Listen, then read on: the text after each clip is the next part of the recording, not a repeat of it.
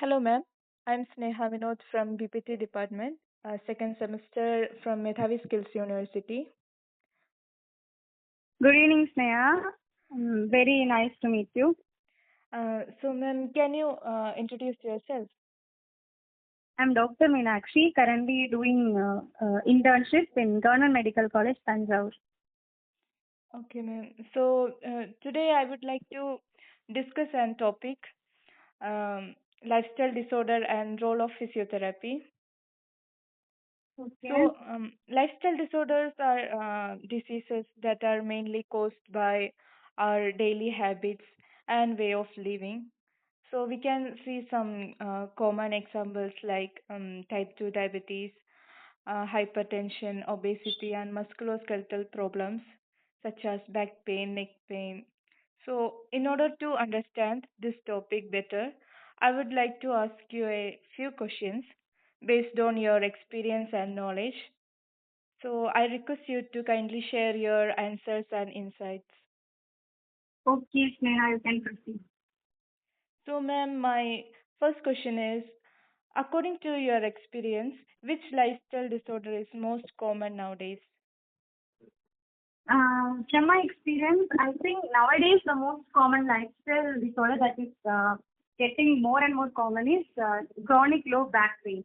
That is the back pain lasting more than 7 days. If it lasts more than 7 days, we call it as chronic back pain, which most of the people ignore. Like it's some minor disease, and most of the people ignore. But it can lead to serious complications later in their life. Apart from that, obviously diabetes, hypertension, obesity, these are these were common and now also getting common and common, especially among the youth. During my community medicine postings, I have an MTM screening.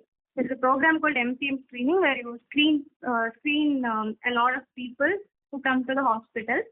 Uh, to and from that screening, if you screen like some 100 people, out of that, from my experience, it's like some 35 people are getting diagnosed.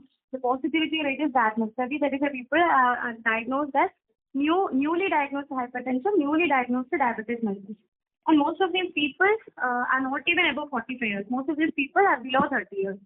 So that is how common this diabetes, hypertension. And one of my colleagues also, he was also recently diagnosed with, he's just 25 years old, and he's also recently diagnosed with young age hypertension. And most of my friends are also getting this, serious problems like the complications of hypertension, like stroke, MI, and MRE. So it's more common than what the people think. Okay, ma'am. What is the long-term impact of ignoring minor body pain?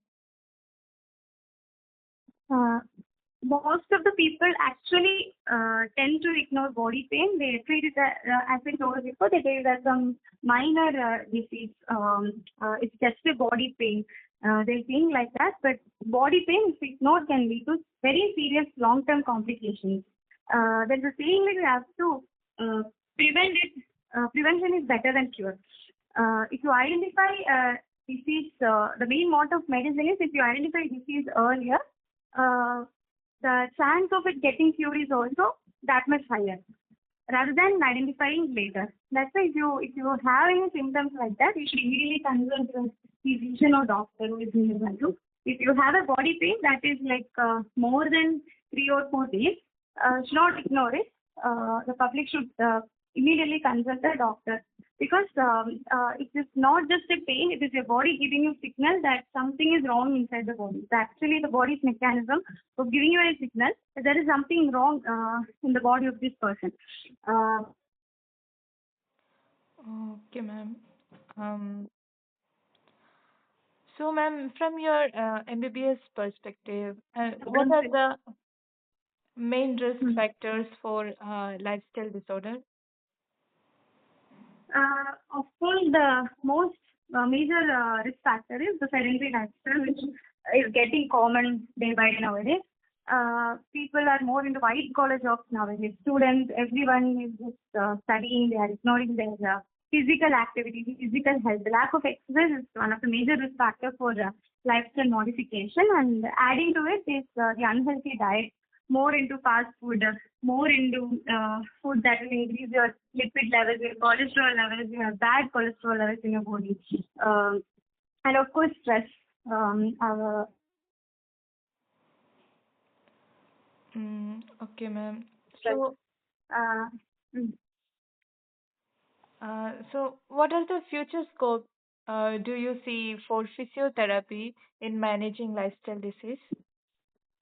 Physiotherapy actually has a very promising future in managing lifestyle disorders. In my surgery postings, after we discharge the patient, if the patient will come and they complain of body pain, in surgery postings, some abdominal pain or like low back pain and the body, and we'll put dicyclomine or we'll put tramadol, and after that the patient will be okay.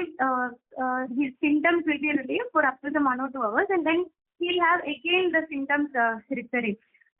So, like more than medicine, after we discharge the patient, we write in his case sheet. There is a discharge advice in the last back column of case sheet, where we write it like patient is advised for physiotherapy. So that is how important the physiotherapy is. And the patient will go to physiotherapy, where all those methods of physiotherapy will be done for him, and then maybe that problem in his life will be cured like permanently rather than medicine. So that's how important physiotherapy is.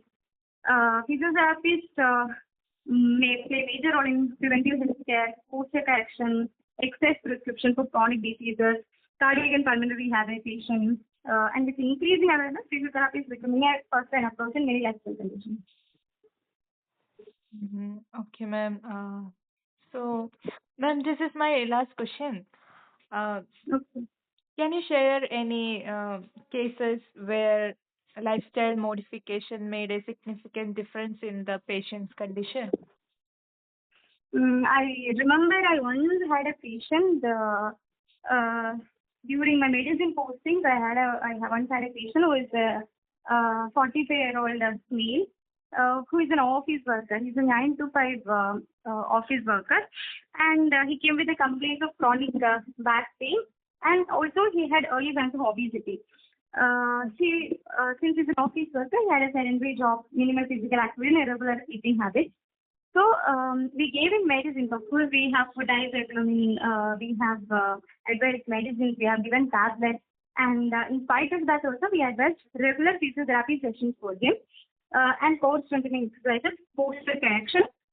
Then in discharge, advised the daily walking routine and dietary modification. So after the discharge, the patient came to visit us after some 2 or 3 months, and he had a significant improvement. Due to physiotherapy, his pain reduced drastically, his weight reduced, due to exercise, his weight reduced, and with dietary modifications, his mobility improved, and his overall energy levels increased. So I think this is the perfect example of how lifestyle modification combined with physiotherapy can bring a long-term positive outcomes without depending on drugs so much, or without depending on medication so much. Okay, ma'am. Thank you for your valuable guidance and support, ma'am. Welcome, Sneha, and thank you so much for requesting me to be a part of this session. Okay, ma'am. Thank you. Thank you so much. Thank you.